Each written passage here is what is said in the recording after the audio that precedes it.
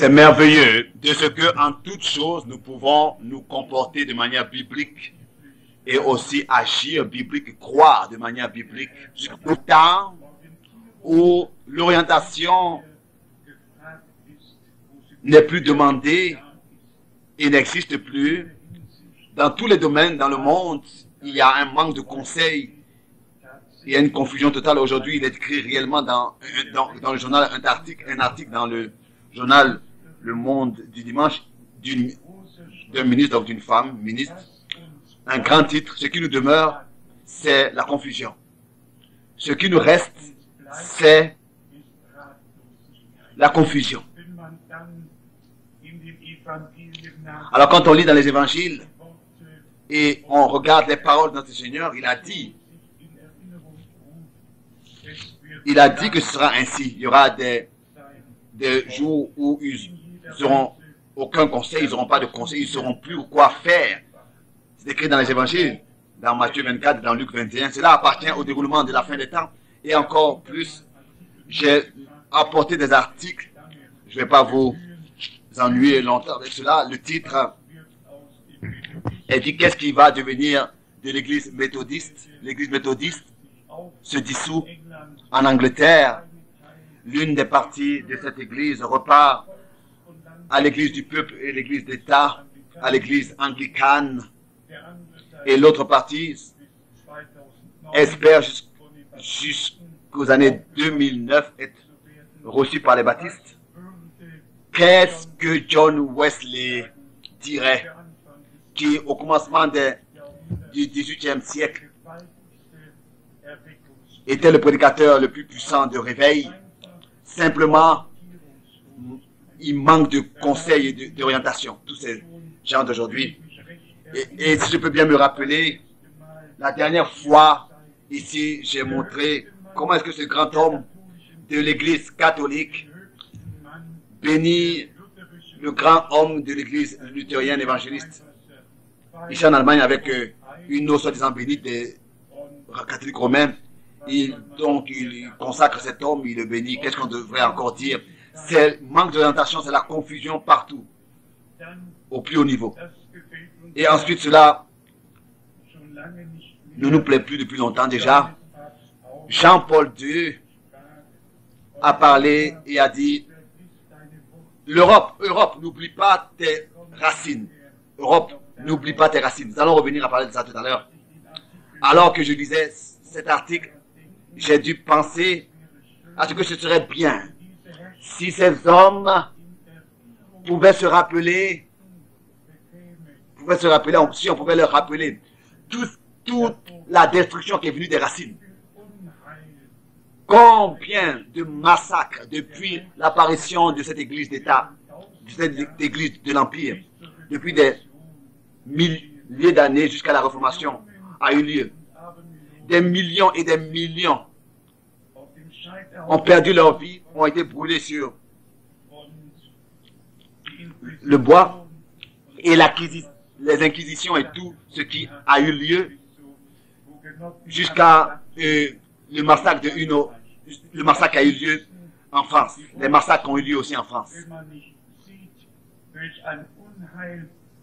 Bien sûr, il peut parler de ses racines, car il ne voit pas quel massacre est sorti de toutes ces racines et tout ce qui s'est passé. Le point le plus culminant, c'est l'article d'un dignitaire catholique. Donc, il parle ici de l'adoption, l'abstention de Marie, et son abstention devient un dogme catholique. Même il y a un titre, pas de spéculation. Non, nous disons que c'est rien d'autre que une spéculation religieuse. Marie a reçu le devoir reçu de Dieu à exécuter, le devoir le plus grand qu'une femme ait pu recevoir sur cette terre. Mais dans Actes des Apôtres, au premier chapitre, au verset 14, pour la dernière fois, elle est mentionnée, réunie pour être remplie de Saint-Esprit. À partir de ce jour de Actes des Apôtres, chapitre Alors, verset 14, à partir du chapitre 2 de Actes des Apôtres, elle n'est plus mentionnée, jusqu'à le dernier verset du dernier chapitre de ce livre. Le culte rendu à Marie est de l'idolâtrie et rien d'autre. Toute l'honneur et la vénération et l'adoration appartient seulement à Dieu le Seigneur et cette adoration doit avoir lieu en esprit et dans la vérité, comme c'est écrit dans Jean 4. Si cela doit arriver au trône de la grâce, comme c'est écrit dans Hébreux, les premiers chapitres, au chapitre 4 ou 5, au verset 14. Donc, Pierre et Jean ne savaient rien d'une montée au ciel de Marie. Même le propre fils de Marie, Jacques, ne savait pas, n'a rien su de la montée au ciel de sa mère. Et même les premiers chrétiens dans les premiers siècles n'ont rien su de cela, n'ont pas parlé de cela. Et par cela, le nom de Dieu et la parole de Dieu sont blasphémés parce qu'il est écrit dans l'évangile de Jean, au chapitre 3, au verset 13. Personne est monté au ciel en dehors de celui qui est descendu du ciel, le Fils de l'homme qui est au ciel. Et c'est ainsi que cela demeure pour toujours. Si ensuite, même des magazines et des journaux sont publiés avec un titre, pas d'autre évangile. Mais quand on regarde exactement, c'est en fait tout à fait un autre évangile. Ce n'est même pas un évangile, ce n'est même plus un évangile parce que l'évangile ça veut dire message du salut. Il est fait qu'appeler comme ça, mais il n'est plus le message du salut apporté aux hommes. Maintenant, une nouvelle qui adressée à vous tous, avant que nous entrons dans l'observation de la parole, peut-être encore quelques citations du Vatican. Pour tous là, qui sont intéressés, c'est une bonne nouvelle. Vous pouvez maintenant, à partir de Zurich jusqu'à Düsseldorf, pour 49,9 €, entreprendre un vol. Donc, si toutes les autres nouvelles sont négatives, au moins une nouvelle positive pour nous tous. Car, donc, pour 49 € particulièrement, en tant que Suisse, vous n'avez rien à voir à faire avec vous voulez rien avoir à faire avec n'est-ce pas, les autoroutes allemandes où il y a toujours plein d'embouteillages. Vous pouvez vous asseoir de manière élégante dans l'avion, le Swissair, et après quelques minutes, vous atterrissez à Düsseldorf et on viendra vous chercher à Düsseldorf jusqu'au centre missionnaire à Krefeld. Et ils ont donc ouvert pour nous expressement une nouvelle autoroute. Donc une nouvelle autoroute, oui. Et je le dis exprès, écoutez bien. Nous avons une fois ou bien 2 fois par an ou 3 fois le souper du Seigneur, pas seulement des réunions, mais aussi le lavage des pieds, donc le repas du Seigneur, le souper, la Sainte Seine et le lavage des pieds. Et ce sont des choses que le Seigneur a ordonnées à l'Église. Et Frère Branham a mis l'accent sur cela. Il y a 3 choses qui sont nécessaires qu'elles soient mises en pratique et accomplies par l'Église. Le baptême, le souper du Seigneur et le lavage des pieds. Et pour tous ceux qui veulent prendre part à ça, ce serait une bonne occasion, que ce soit à la Pâque ou bien le premier week-end en avril, et ensuite le premier week-end en octobre, et ensuite, comme jusqu'à maintenant cela a toujours été ainsi, au 1er janvier, donc à la fin de l'année, à la fin de chaque année, nous avons la Sainte Seine. Nous vous invitons tous. Et aussi toutes les choses qui sont aussi à lire des nouvelles du Vatican, comme nous pouvons le trouver dans les planètes.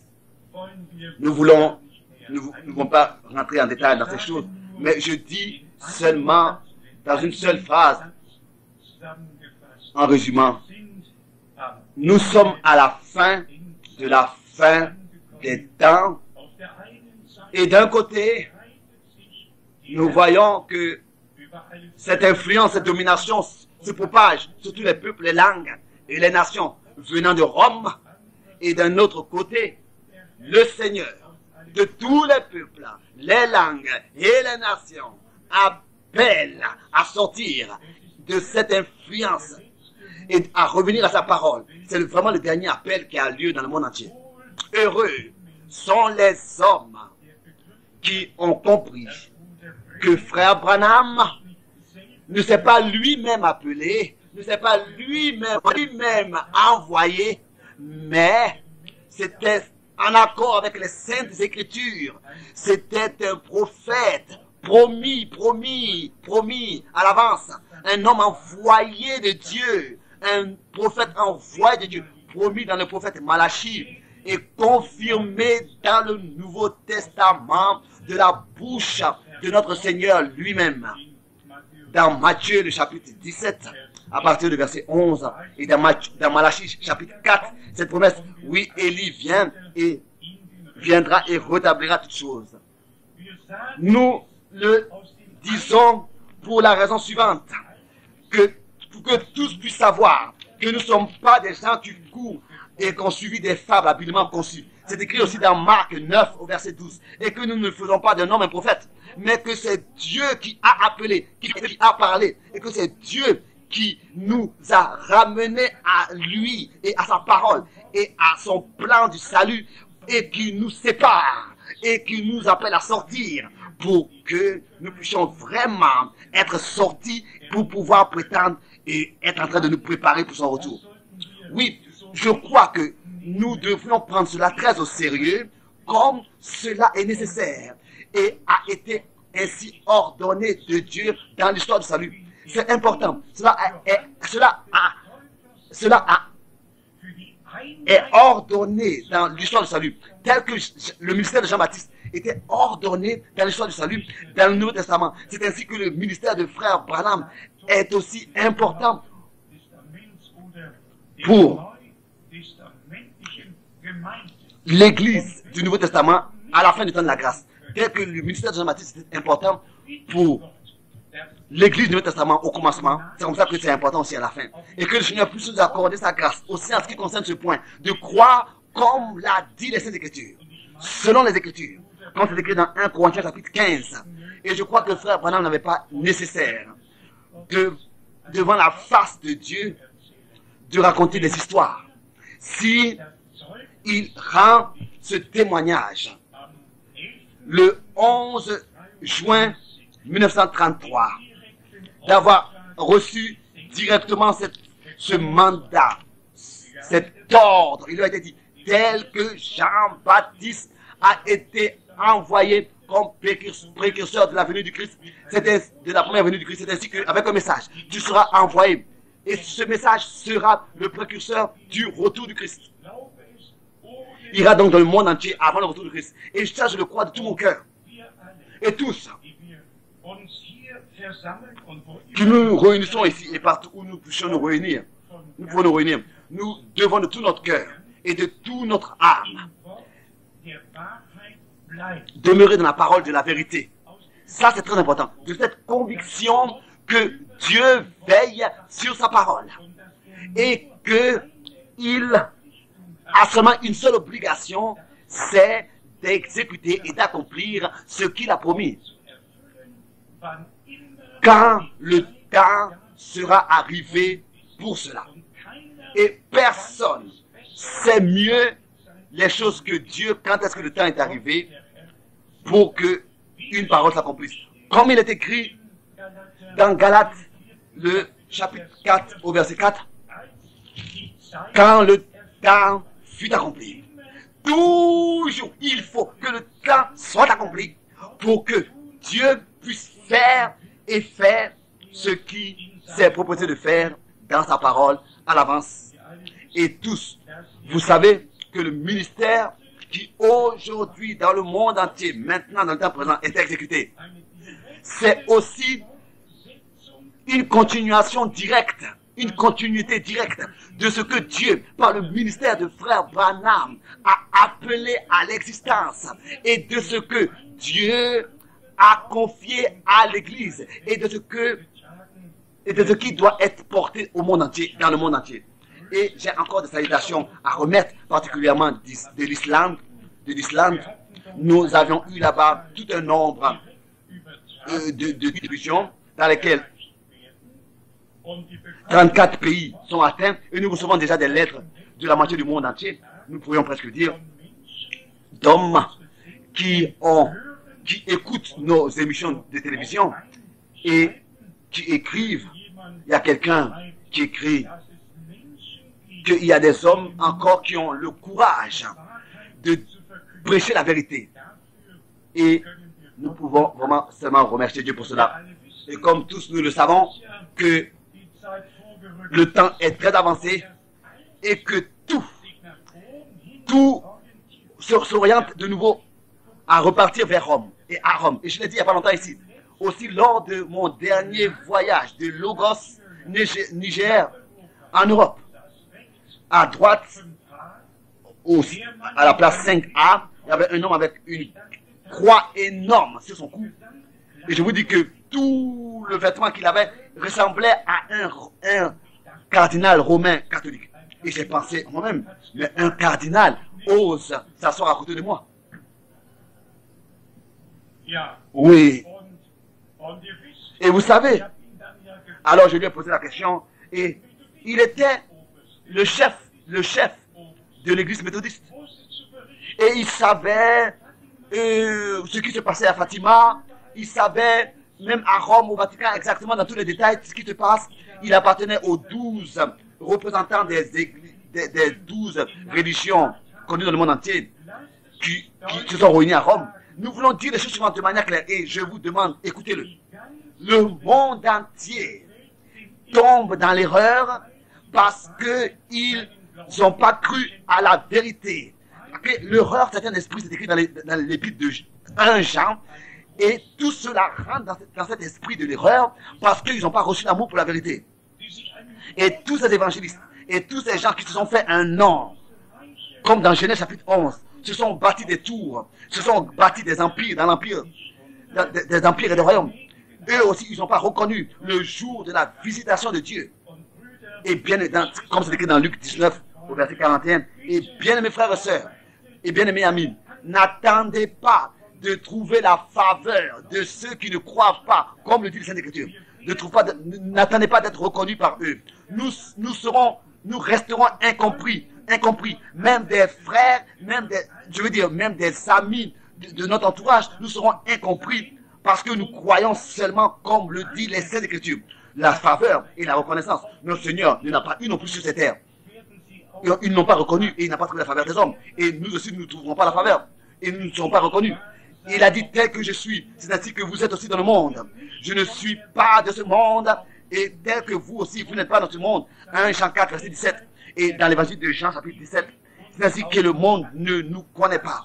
Alors, il ne s'agit pas d'être reconnu par ce monde et par les hommes, mais d'être reconnu par Dieu et auprès de Dieu, d'avoir la faveur de Dieu et de chercher l'honneur qui vient de Dieu, car nous l'avons connu et nous avons été connus par lui. Et c'est ainsi que de tout notre cœur et de toute notre âme, nous sommes reconnaissants. Et si avec cela, ensuite, nous pouvons courtement venir à aller à ces deux chapitres, seulement très rapidement. Dans Matthieu chapitre 24, le Seigneur a parlé de la dame et au verset 33, exprimé que quand tout cela commence à s'accomplir, alors ça veut dire que cela est proche à la porte. Et celui qui veut lire dans Luc 21, à partir du verset 28 jusqu'au verset 36, alors il est aussi montré que quand toutes ces choses s'accompliront, alors nous devons redresser, lever nos têtes, parce que notre délivrance est proche.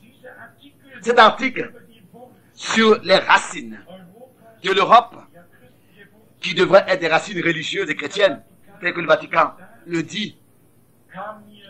En lisant cet article, la parole du prophète Ésaïe m'est venue concernant les racines de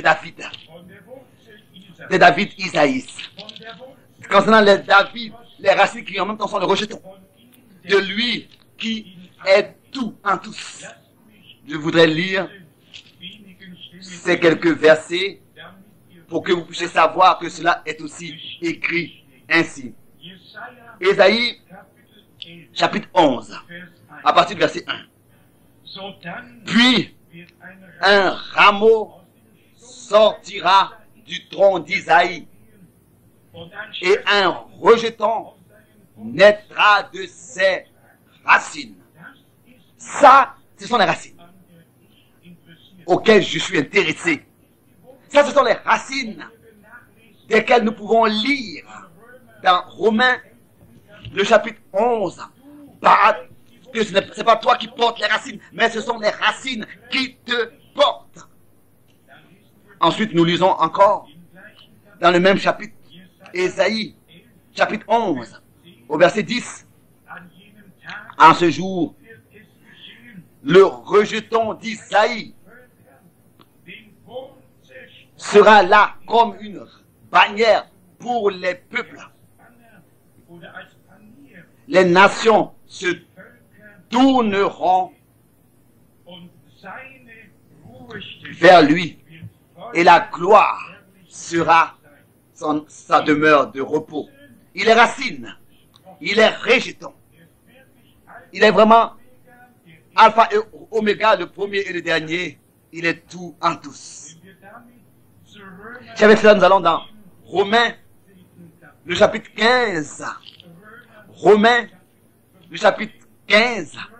Je voudrais simplement que nous puissions richement laisser habiter la parole de Dieu parmi nous et à nous. Et que la parole de Dieu soit encore plus précieuse pour nous que toute autre chose qui existe sur cette terre. Et que la parole originale soit pleine de signification pour notre âme, d'une manière que chaque interprétation, nous sommes dans la possibilité de le rejeter et de considérer cela comme une abomination et d'avoir cela en erreur, en horreur. Je lis cela dans Romains 15, verset 8. Romains, chapitre 15, peut-être les deux versets 7 et 8. Versets 7 et 8. Accueillez-vous donc les uns les autres dans l'amour, aux traductions, dans l'amour, comme Christ vous a accueillis pour la gloire de Dieu. Je dis en effet que Christ a été serviteur des circoncis pour prouver la véracité de Dieu. Mais on arrive. En confirmant les promesses faites au Père. Dieu a parlé au Père de manière multiple dans laps du temps de l'Ancien Testament. Des promesses, il les a données. L'histoire du salut a été annoncée à l'avance par les prophètes. La rédemption a été déjà présentée dans tout l'Ancien Testament. Et ensuite, quand le temps fut accompli, c'est ainsi que cela est écrit dans Luc, le premier chapitre, à partir du verset 16 et 17, devait retourner le cœur des pères aux enfants. Et que c'est lui qui pouvait montrer les promesses et leur accomplissement. C'est lui qui a fait le pont entre l'Ancien et le Nouveau Testament. Comme dans Luc, l'évangile de Luc toujours, au chapitre 16, au verset 16, il est écrit que tous les prophètes ont prophétisé jusqu'à Jean, ont existé jusqu'à Jean, et c'est depuis Jean que le royaume de Dieu est prêché. Les promesses avaient été données au Père, et à la fin du jour, Dieu a parlé dans son Fils. À la fin des jours, Dieu a parlé dans son Fils et nous a donné la réponse, comme cela est écrit dans Hébreux, chapitre 1, à partir du verset 1 et 2. C'est la même chose aussi qui se répète maintenant, que les cœurs des enfants de Dieu est de nouveau retourné à la foi des pères au commencement, comme c'est écrit dans 2 Pierre chapitre 1, une foi d'un même prix. Ça, c'est la parole de Dieu. Et si la parole de Dieu nous présente cela en tant que promesse pour le temps présent, alors nous n'avons pas un autre choix que de tout notre cœur croire, selon les Écritures, que Dieu veille sur sa parole pour aussi l'accomplir. De la même manière, il est écrit dans Romains, le chapitre 15, à partir du verset 16.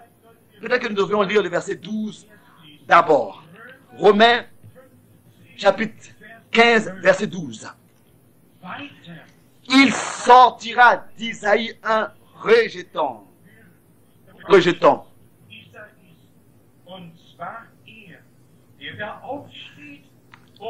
Qui se lèvera pour régner sur les nations. Les nations espéreront en lui. Lui. Donc avant que le Seigneur se révèle à Israël, il se révèle à l'Église des nations et des peuples.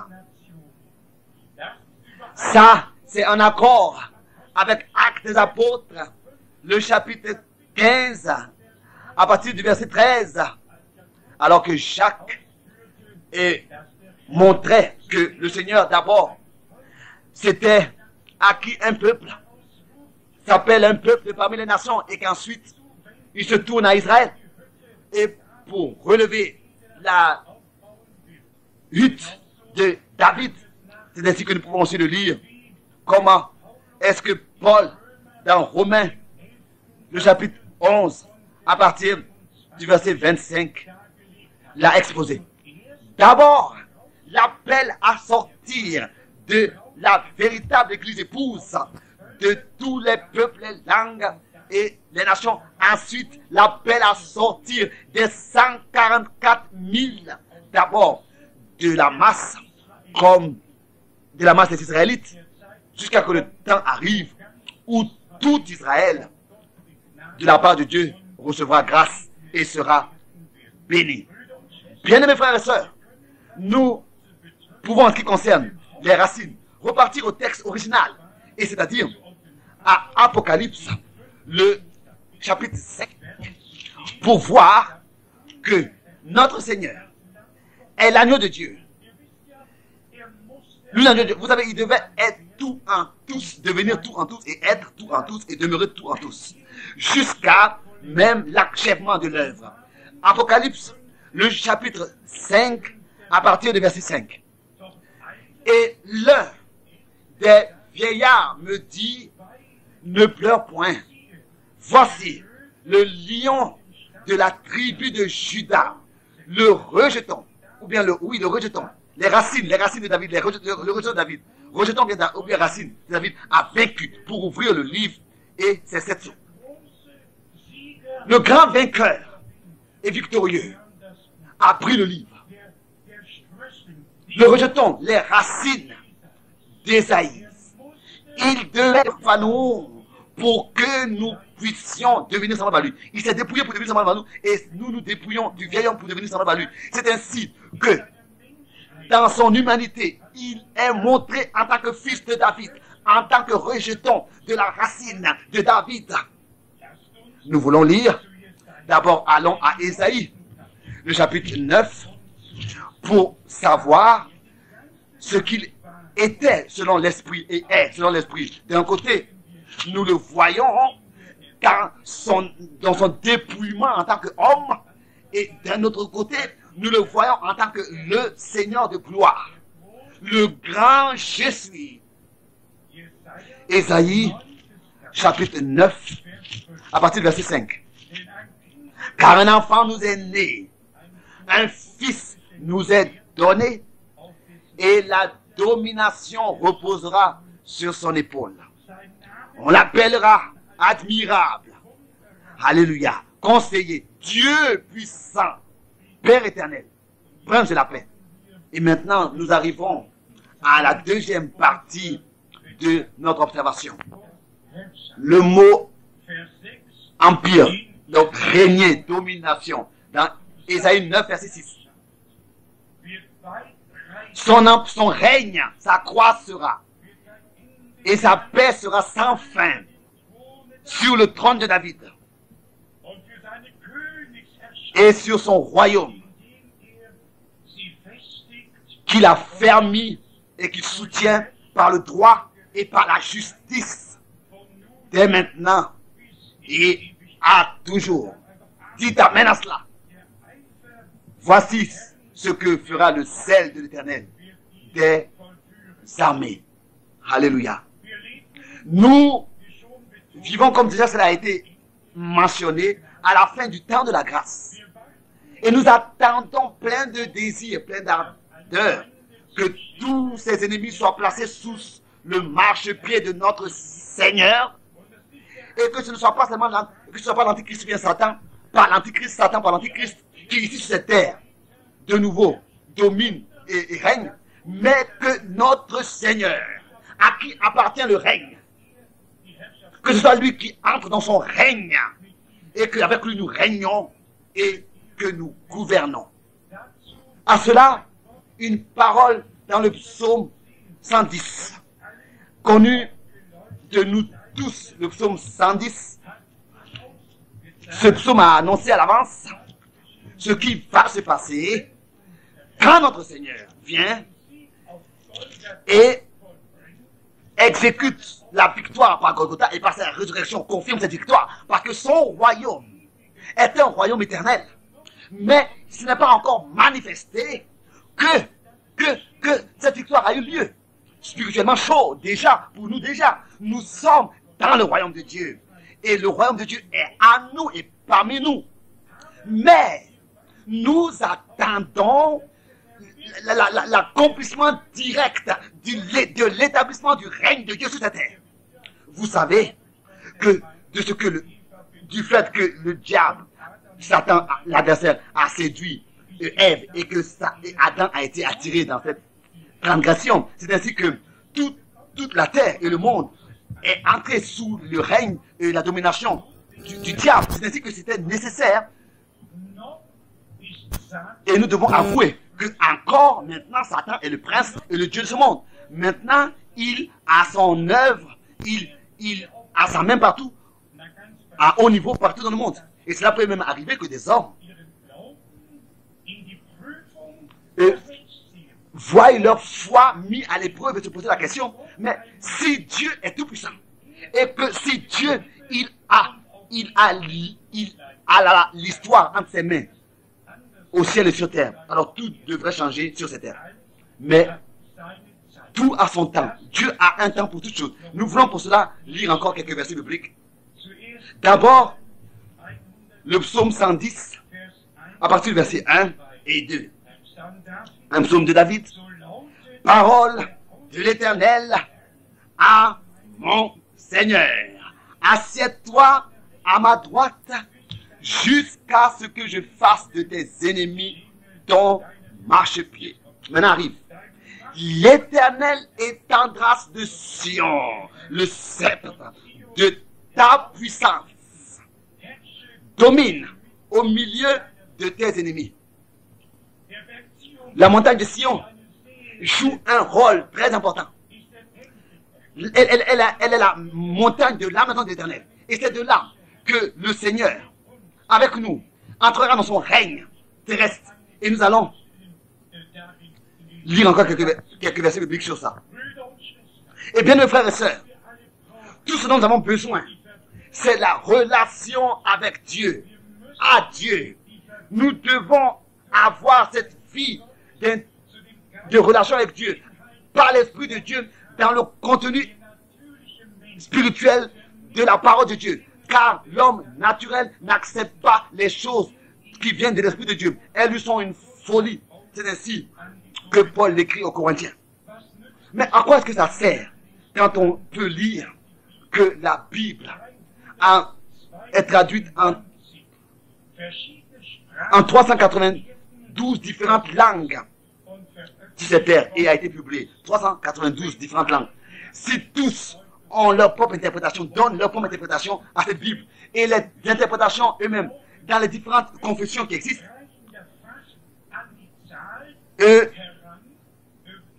dépassent même le nombre des langues dans lesquelles la Bible a été traduite.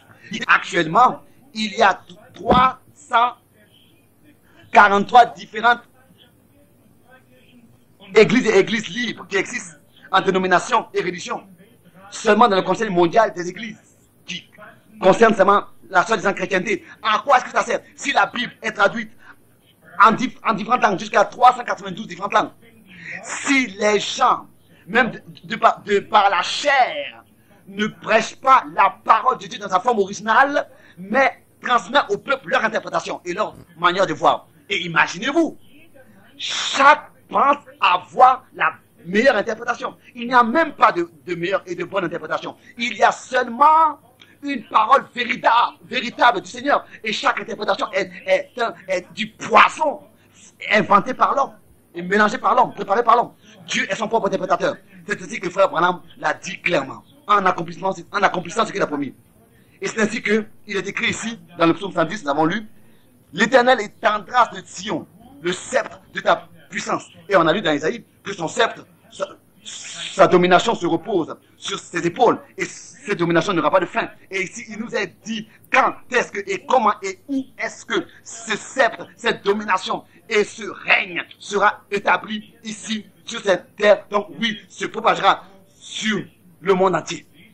Lisons cela dans Apocalypse, le chapitre 11. C'est écrit très clairement, décrit très clair, dans la septième trompette d'ange, quand la septième trompette retentira, alors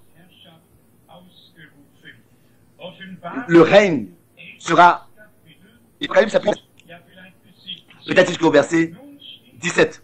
Apocalypse chapitre 11, verset 15. Le septième ange sonna de la trompette. Et il y eut dans le ciel de fortes voix qui disaient, le royaume du monde est remis à notre Seigneur et à son Christ. Et il régnera au siècle des siècles. Autre traduction, dans toute l'éternité. Donc, régnera. Il s'agit ici du roi, du règne. Au verset 16. Et les 24 vieillards qui étaient assis devant Dieu sur leur trône tombèrent face contre terre et ils adorèrent Dieu en disant, nous te rendons grâce, Seigneur Dieu Tout-Puissant, qui est et qui était, car tu as saisi ta grande puissance et pris possession de ton règne. Il y a alors les deux choses. Il y a l'Église du Nouveau Testament, qui a été rachetée, que le Seigneur bâtit, tel qu'il est écrit dans Matthieu 16, au verset 16 jusqu'au verset 18, je bâtirai mon Église, et les portes du séjour des morts ne provoqueront pas contre elle. Le Seigneur bâtit pas une église quelconque, il bâtit son église, et il est le chef, la tête de cette église qu'il bâtit lui-même, et tous les membres se soumettent à la tête, au chef, et c'est ainsi qu'ils sont portés par la tête, par le chef, et reçoivent de lui la vie. Ils reçoivent la même vie qui est dans le chef. Et rejetons. Il est vraiment tout en tous. Et nous sommes portés par les racines. Et nous recevons des racines, la vie. Alléluia. Même dans ce livre, dans ce livre des livres, nous recevons toutes choses. Même si les promesses sont éparpillées un peu partout. Cette parole est écrite ici. L'autre parole est écrite là-bas.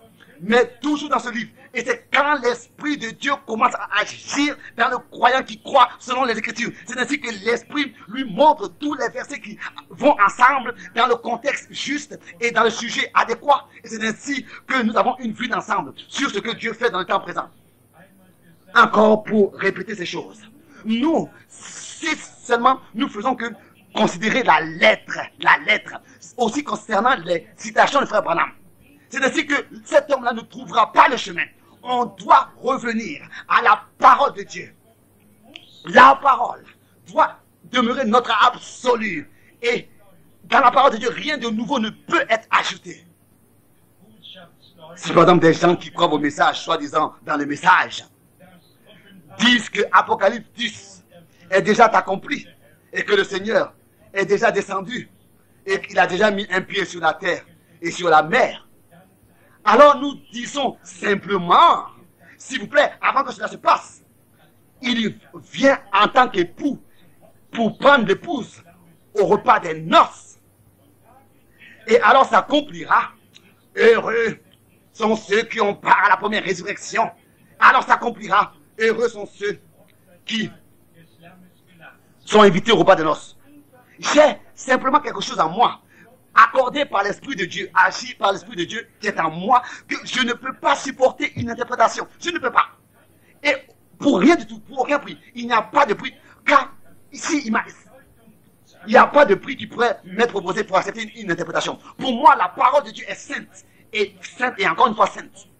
Et seulement ce que Dieu a dit dans sa parole est vrai.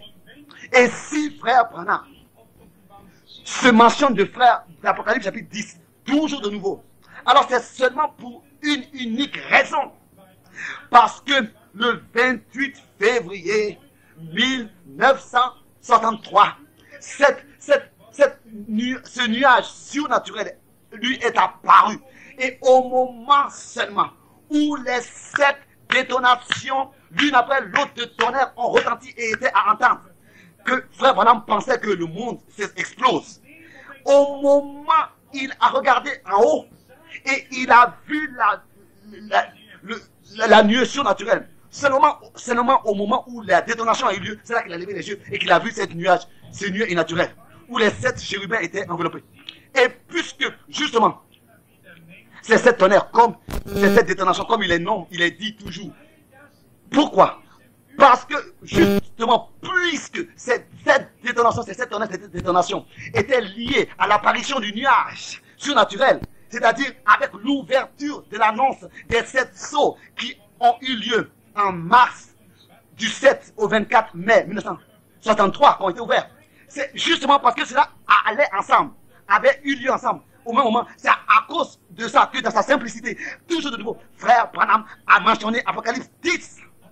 Mais Apocalypse 10 demeure dans le contexte dans lequel il a été placé par Dieu. C'est pas possible autrement.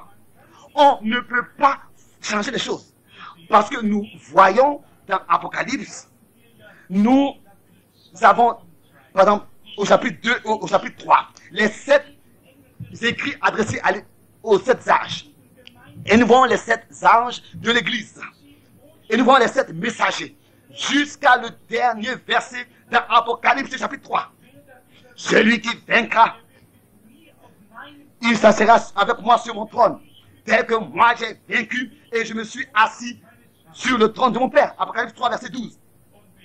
Et ensuite, jusqu'au verset 13. Si dans le chapitre 8 et chapitre 9, dans l'Apocalypse, nous voyons les premiers anges de trompette qui ont sonné des trompettes.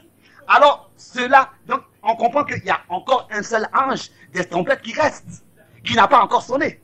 Et ce unique ange des trompettes qui sonne encore, qui doit encore sonner, est mentionné dans Apocalypse 10 au verset 7. Il est annoncé qu'il va sonner, mais il n'a pas encore sonné dans Apocalypse 10 au verset 7. Et c'est ainsi que nous voyons que seulement dans le chapitre 11, à partir du verset 15, ce qui avait été annoncé dans Apocalypse 10, verset 7, est exécuté dans Apocalypse 11, verset 15. Et nous voyons dans quelle relation cela est écrit. Ce qui se passe au moment où le 7e ange sonne la trompette. Le 7e ange de trompette sonne la trompette. C'est à ce moment-là que le règne de notre Seigneur est établi sur toute la terre. C'est justement tel que par l'ouverture des 7 sceaux, par le ministère du dernier messager de Dieu. Pour l'Église du Nouveau Testament, tous les mystères jusqu'à l'Apocalypse ont été révélés. Ou bien alors, ont été révélés. C'est ainsi que tout a sa place dans les Saintes Écritures. Qu'est-ce que moi j'ai à faire avec une doctrine des tonnerres qui n'est même pas à trouver dans la Bible? C'est pas possible. Les gens utilisent 2 Pierre chapitre 1, les 7 vertus, etc. Non! Ils n'ont pas le droit de le faire. On doit le dire ouvertement. C'est du poison. Nous devons revenir à la parole originale de Dieu. Si par exemple je vous cite Matthieu 10, je pourrais pendant des heures, pendant des jours et pendant des années répéter ce qui est écrit dans ce chapitre. Et vous devriez me donner raison que cela est écrit comme ça. C'est-à-dire dans Matthieu 10, à partir du verset 5, notre Seigneur dit, n'allez pas vers les païens et n'entrez pas dans les villes des Samaritains, allez plutôt vers les brebis perdues de la maison d'Israël. Imaginez-vous, si je répétais ce verset, cette citation, et je disais au Seigneur, Seigneur, regarde ce que tu as dit. Tu as dit que nous ne devons pas aller vers les païens. Comment est-ce que plus tard tu dis dans Matthieu 28, allez dans le monde entier et prêcher l'évangile à toute la création. Bien mes frères et sœurs, c'est ainsi aussi avec la citation de frère Branham. On n'a pas le droit de dire ici, il a dit ceci, il a dit ceci. Tu dois continuer à lire, tu dois voir qu'est-ce qu'il a dit encore, et avoir une vue d'ensemble et réunir tout ensemble d'une manière qu'il n'y a pas de contradiction qui reste, mais une harmonie divine dans la parole de Dieu. C'est ça qu'il s'agit maintenant. Pas de dire, oui, répéter des citations seulement. Et d'en faire des doctrines. De la manière, je peux dire aussi que le Seigneur a dit autrefois aussi, que beaucoup de ceux qui sont ici ne verront pas la mort jusqu'à qu'ils aient vu le royaume de Dieu venir en puissance. Et il y a beaucoup de citations de notre Seigneur. On pourrait même dire la seule existence que le Seigneur a faite pour avoir la vie éternelle. On pourrait dire, il a dit à l'homme riche, vends tout ce que tu as. Alors, tu auras une richesse au ciel. Imagine-toi, si moi je te dirais ça, si moi je te plaçais cette condition pour avoir la vie éternelle, vends tout ce que tu as, alors tu auras une richesse au ciel. Vous retournerez et vous direz, mais ça c'est pas un évangile ça. Vous voudriez entendre l'évangile, le message de salut. Qu'est-ce que c'était? Le Seigneur voyait où se trouvait le problème avec lui. Il savait que son cœur était attaché à ses richesses. Et cette racine-là devait être déracinée pour que la semence de Dieu puisse trouver tout son cœur. Bien mes frères et sœurs, en lisant les citations de notre Seigneur et la parole de Dieu, il ne s'agit pas de ce que nous nous attachons à la lettre, ou bien avoir compris la lettre, mais par le Saint-Esprit recevoir la révélation de la pensée de Dieu sur sa parole. C'est comme ça aussi, avec tout ce qui est écrit dans l'Apocalypse, jusqu'à même cette citation dans l'Apocalypse 10 au verset 7. Frère Branham, dans toutes ses prédications, a fait d'un singulier un pluriel. Mais cela n'annule pas pour moi le singulier de ce verset. Mystère au singulier, le mystère. S'il est écrit que, alors, le mystère au singulier, et encore plus, le mystère de Dieu, alors, c'est le noyau. Alors, c'est le mystère de Dieu qui s'accomplirait alors, comme il a annoncé à ses serviteurs des prophètes, quand la voix du 7e ange sonnera. Alors, la trompette. Alors, ce que Dieu dit, il le pense, et ce qu'il pense, il le dit. Mais Branham, frère Branham, était l'homme par lequel la pluralité des mystères au pluriel, qui étaient restés cachés, les choses qui étaient restées cachées au pluriel, avaient été révélées. Vous pouvez le lire. Alors que notre Seigneur avait commencé sa prédication, cela est à lire dans Matthieu 13. Il a ouvert sa bouche pour manifester ce qui avait été caché avant même la fondation du monde. C'est écrit dans Matthieu 13. Ce qui était caché dans le mystère, dans le conseil du salut de Dieu, avant la fondation du monde, devait être révélé à ceux qui avaient été élus avant même la fondation du monde pour participer à l'adoption et avaient été déterminés à devenir enfants de Dieu. Ces choses devaient leur être révélées. Et pour résumer tout cela, il fallait que tout cela soit dit, ce qui était nécessaire autrefois. C'est ainsi que nous voyons, c'est écrit dans Matthieu 13, nous voyons que frère Branham, en tant que l'homme, en tant que le prophète, il n'y a pas eu un autre qui avait eu un tel mystère que lui, il a reçu de Dieu. Mais nous devons, d'une manière biblique, mettre ce ministère à sa place. Et Jésus-Christ doit être et demeurer le noyau et le centre de notre prédication. La croix et le crucifié, la rédemption et la réconciliation, la grâce et le salut doivent être le centre de notre prédication, pas des doctrines, des spécialités. Et placer un prophète en tant que centre de notre prédication. Ça, déjà tous les témoins de Jéhovah et les adventistes et les mormons le font. Et déjà les musulmans le font. Et Mohamed, Mahomet est leur centre de leur prédication. Nous n'avons pas encore besoin de le faire. Envoie des prophètes et des apôtres et des hommes de Dieu. C'est pour nous ramener à lui et à sa parole. Et que par sa parole, nous puissions recevoir la relation intime avec lui par sa sainte et précieuse parole. C'est pour cette raison que, puisque frère Branham avait affaire à ces mystères cachés qui devaient être révélés, c'est pour cette raison que cette parole, il a utilisé au pluriel d'Apocalypse 17. Mais cela n'annule pas le singulier de ce verset et le direct accomplissement de ce verset, mais prouve seulement qu'un prophète a la possibilité d'utiliser une parole prophétique et de l'appliquer à son ministère sans que ce qui est écrit demeure et perde sa valeur et encore moins soit annulé. Oh, j'espère que tous vous comprenez cela. On devrait en fait, avec ce sujet, aller dans Exode et lire d'Égypte, j'ai appelé mon fils à sortir. On devait aller dans le prophète Osée. D'Égypte, j'ai appelé mon fils à sortir. Il est écrit dans Osée. On devait aller dans Matthieu, chapitre 2. Il est écrit aussi là, d'Égypte, j'ai appelé mon fils à sortir. Pour savoir que la parole prophétique peut avoir plusieurs significations et plusieurs accomplissements. Et vous pouvez examiner tout cela. Si par exemple frère Branham utilise et mentionne, lit Apocalypse chapitre 8. Alors qu'il lisait Apocalypse chapitre 8, cela peut-être en ce moment nous semble étrange, mais il n'a pas une unique fois lu la deuxième partie du 7e psaume. Il a seulement lu le premier verset. Seulement l'introduction de ce seulement le premier verset. Seulement ce verset où il est parlé que dans le ciel, un silence d'environ une demi-heure a eu lieu. Et c'était point. Pas une unique fois. Il a continué à lire à partir du verset 2. Ce qui, en fait, contient ce 7e psaume. Et ça, c'est Dieu qui a voulu les choses ainsi. Pour que ceux qui n'ont pas été appelés à prêcher la parole de Dieu puissent être manifestés, puissent être remarqués. Mais Dieu aussi a voulu que nous puissions nous revenir à la parole de Dieu et continuer à lire pour être informés qu'est-ce que contient en fait le 7e psaume. Et c'est ainsi que nous sommes étonnés de voir que dans le 7e psaume est justement contenu les 7 anges de trompette qui se préparent pour justement sonner dans les 7 trompettes, comme cela dans Apocalypse chapitre 8, à partir du verset 2 jusqu'au verset 6. Cela est assez clairement montré. Et celui qui veut exactement lire, il ressentira que déjà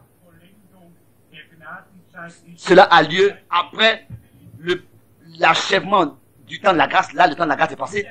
Et que le grand sacrificateur, notre Seigneur, n'est plus celui qui amène nos prières devant le trône de Dieu, mais que ici il est écrit, il est parlé que les autres anges vinrent et ils se tinrent sur l'autel ayant un accessoire d'or, et les anges prirent l'encensoir, le remplirent de, etc. Et afin que cela soit apporté devant le trône par les anges. Et c'est ainsi que le trône de grâce se change en trône de jugement.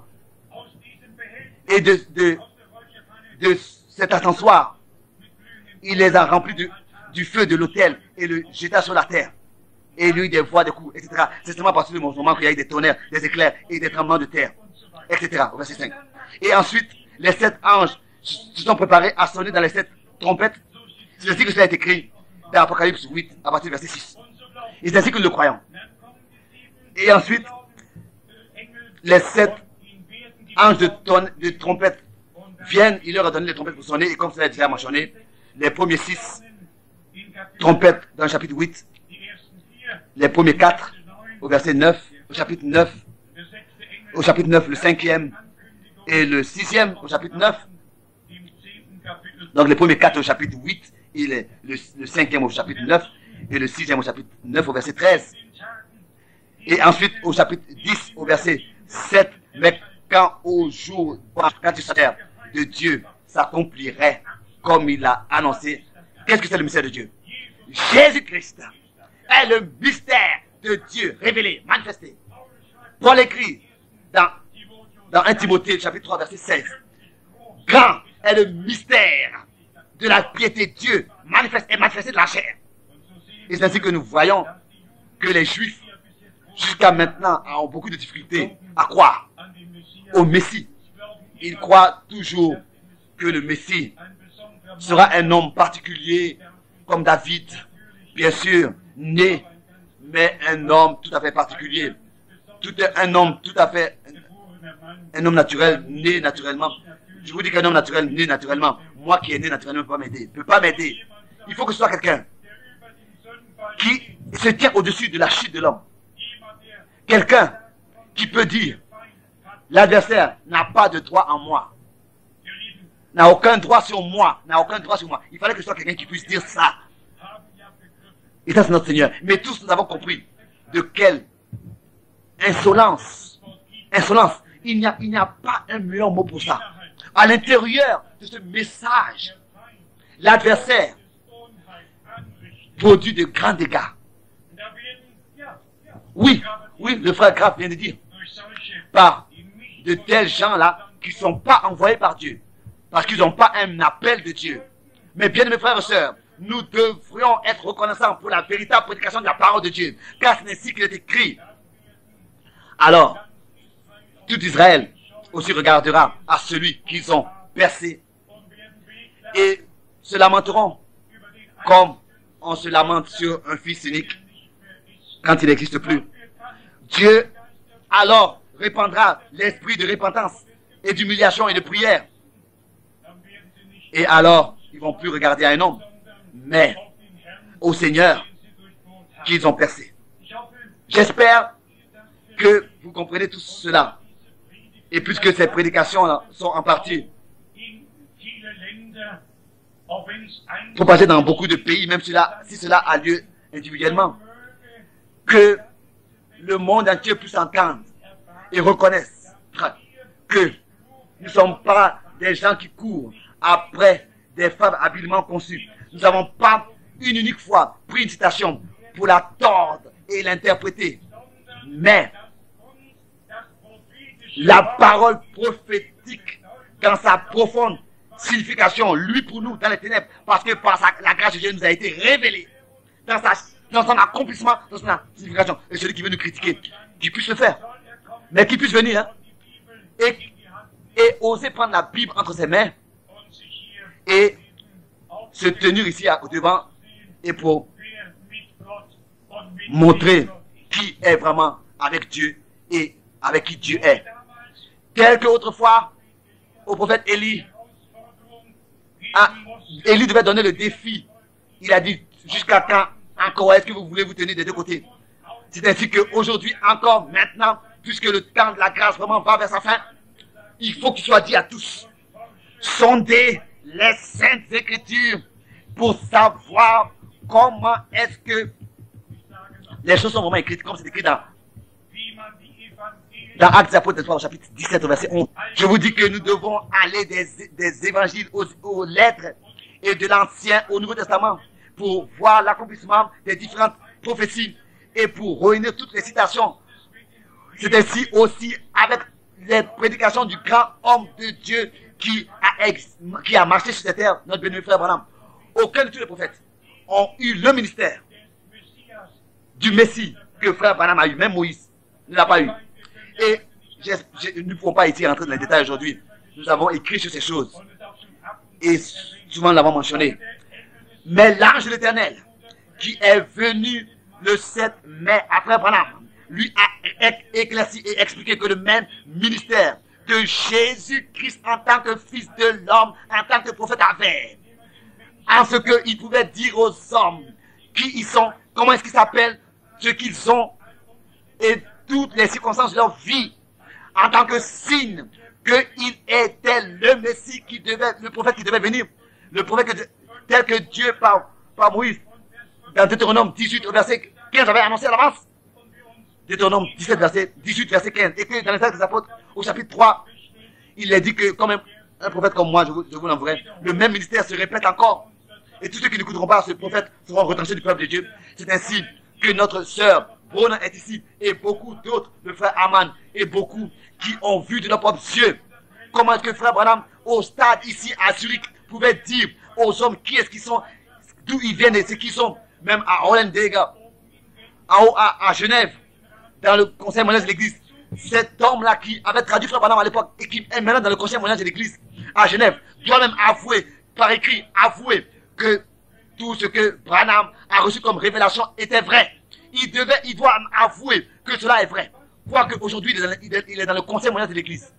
Il doit avouer que tout ce que Frère Branham a reçu comme de Dieu par révélation était vrai. Il était un homme envoyé de Dieu, confirmé par Dieu. Et c'est ainsi que nous venons à la partie prophétique, à la partie de l'enseignement, à la partie de l'enseignement. Le temps n'était pas venu pour cela. Il devait d'abord placer le fondement. Le fondement d'une manière nouvelle devait être placé pour pouvoir nous ramener au commencement. Il devait déblayer les ordures pour montrer de nouveau le fondement.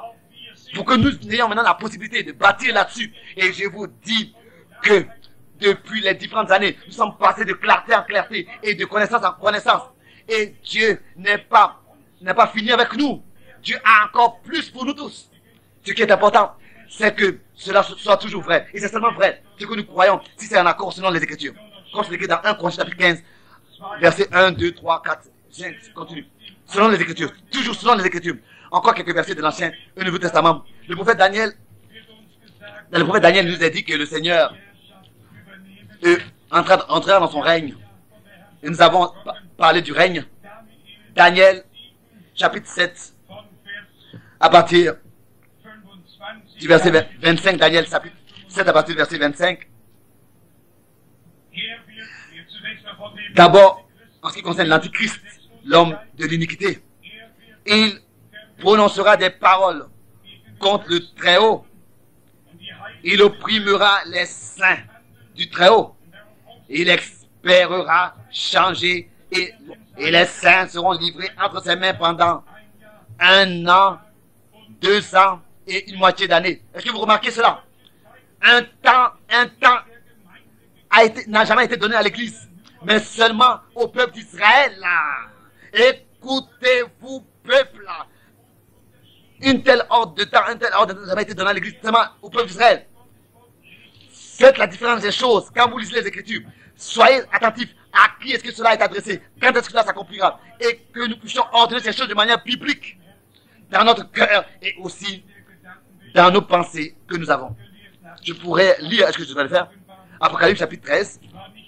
Ce n'était pas mon intention, mais ici nous lisons dans Apocalypse chapitre 13, réellement, concernant ces 3 ans et demi, en tant que 42 mois qui sont redonnés ici, mais d'abord, 42 mois, ce sont justement 3 ans et demi. Apocalypse chapitre 13. Et ici, il est écrit, à partir du verset 7, « Il lui fut donné de faire la guerre aux saints et de les vaincre. Il lui fut donné autorité sur toute tribu, tout peuple, toute langue et toute nation. » Mais je cherche le verset avec les 42 mois. Verset 5. Apocalypse 13, verset 5. Et il lui fut donné une bouche. C'est bien, pardon. Il lui fut donné une gueule, s'il vous plaît. Pas une bouche. Et il lui fut donné une gueule. C'est bien qu'il soit écrit gueule ici, mais pas bouche. Une gueule qui proférait des paroles arrogantes parce que c'est une bête. Et des blasphèmes d'agir pendant 42 mois. Ici, il doit être écrit gueule, pas bouche. Nous devons toujours, clairement et exactement, considérer et respecter la parole de Dieu. Et la dispenser de manière juste, comme Paul l'a dit à Timothée. Encore dans Daniel, chapitre 7. Daniel, chapitre 7, au verset 27. Oui, peut-être qu'on devrait lire le verset 26. Puis viendra le jugement, et on lui ôtera sa domination, qui sera détruite à cet homme d'iniquité là. On lui ôtera sa domination. Alléluia. Qui sera détruite et anéantie pour toujours. Maintenant arrive le verset 27. Et ensuite le règne, la domination et la grandeur de tous les royaumes qui sont sous les cieux seront donnés au peuple des saints du Très-Haut. La deuxième partie, son règne est un règne éternel et toutes les dominations le serviront et lui obéiront. Alléluia. Ça, c'est la sainte parole de Dieu. C'est ainsi que cela sera. Tel que c'est écrit ici. Et ensuite, quand nous pensons à Apocalypse chapitre 17, Il y a des gens qui ont des douleurs d'estomac. On a des douleurs d'estomac quand on voit ça après 17, verset 13. Ici, il nous est dit, qui est celui qui est encore règne sur les peuples des nations? Qui est celui? Apocalypse 17, au verset 13. Il nous a montré qui est celui qui domine. Je crois que c'est Apocalypse 17, verset 18. C'est pas 13, c'est verset 18. Apocalypse 17, verset 18. Et la femme que tu as vue, c'est la grande ville. Maintenant arrive le mot royaume. Qui a la royauté, le règne sur les rois de la terre. Imaginez-vous. Où est cette ville? Où est-ce qu'elle se trouve? Sur cette colline. On doit dire toutes les choses telles qu'elles sont. Même si cela coûte notre vie. Le peuple de Dieu doit être appelé à sortir. Cela doit être la révélation de la parole de Dieu et de l'Esprit de Dieu accordée à chacun. Bien mes frères et sœurs, si ici je lirais dans l'Apocalypse que tous les peuples de la coupe de Rome ont bu, lisez une fois Jérémie chapitre 50 et 51 pour votre propre gain. Lisez les Apocalypses. L'Apocalypse, au moins le chapitre 17 et le chapitre 18. Lisez dans le prophète Ésaïe, dans Ézéchiel, partout. Il est parlé de ça. Mais le peuple de Dieu maintenant est appelé à sortir dans le temps dans lequel tous s'unissent, toutes les religions, tous s'unissent et tous regardent à un seul homme, à celui qui a la confiance du monde entier. Lui seul peut donner la garantie pour le nouveau ordre mondial, pour la paix sur cette terre. On peut lire un peu dans l'internet toute cette citation du Vatican et toute la situation actuelle dans sa profondeur et dans sa signification. C'est la fin des temps. Il y a deux unions qui ont lieu. L'union qui appartient au diable sous Rome et l'union qui appartient à Dieu sous Christ, le chef de l'église, soumis à lui. Et il est toujours la parole. Donc l'église véritable est soumise à la parole, qui est son chef, qui est la tête. On commence à mettre la parole était Dieu, la parole était Dieu. Et la parole maintenant habite parmi nous. Elle a habité parmi nous, elle est devenue chair. Et maintenant, elle habite en esprit, et l'esprit en esprit parmi nous. Autrefois, dans la chair, même aujourd'hui, la parole qui est esprit et vie habite parmi nous et en nous, en tous ceux qui l'ont reçu et qui l'ont compris par la grâce de Dieu, par la révélation de l'esprit de Dieu. Bien-aimés frères et sœurs, le temps est très avancé. Et l'adversaire, où je vous dis que le Seigneur, vraiment, dans la vérité, détruira les œuvres du diable et il dominera sur ses ennemis. Et ses ennemis seront placés sur son marchepied. Et l'œuvre du diable sera anéantie, engloutie. Et tous ceux qui n'ont pas encore consacré leur vie au Seigneur, bien-aimés amis, ça ne nous sert à rien de savoir toutes ces choses si notre nature n'a pas été transformée, si nous n'avons pas expérimenté une nouvelle naissance et si nous ne sommes pas remplis de cet esprit et préparés pour son retour. Nous voulons être à sa disposition et marcher dans son esprit, dans sa parole, que toute notre volonté soit placée dans sa volonté, que cette parole de Romains 5 au verset 5 soit en nous, et Romains 8 verset 15 et 16, que son esprit rend témoignage à notre esprit, que nous sommes devenus enfants de Dieu, et par son Saint-Esprit, son amour est déversé dans notre cœur. C'est son Dieu. Alors nous sommes héritiers de Dieu, co-héritiers de Christ, même si maintenant nous devons passer par des épreuves et que nous sommes incompris sur cette terre, en tant qu'étrangers et pèlerins, en tant que voyageurs qui appartiennent au ciel. Nous voulons persévérer et prier les uns pour les autres et nous saisir les mains, nous tendre la main pour travailler ensemble aux uns des autres et nous accueillir tel que Christ, Dieu nous a accueillis en Christ et marcher ensemble et dans l'obéissance de la foi. Celui qui a connu personne de la foi à la vue. Je voudrais terminer avec cette comparaison encore, telle qu'autrefois, au commencement de la nouvelle alliance, les Écritures se sont accomplies. Le chemin du Seigneur a été frayé et les cœurs des enfants de Dieu ou bien des pères ont été retournés au cœur des enfants, pas les têtes, mais les cœurs. Celui qui croit de tout son cœur et qui confesse de sa bouche sera sauvé. Mais bien aimé, tout à sa place et tout va ensemble. C'est ainsi que cela se passe maintenant.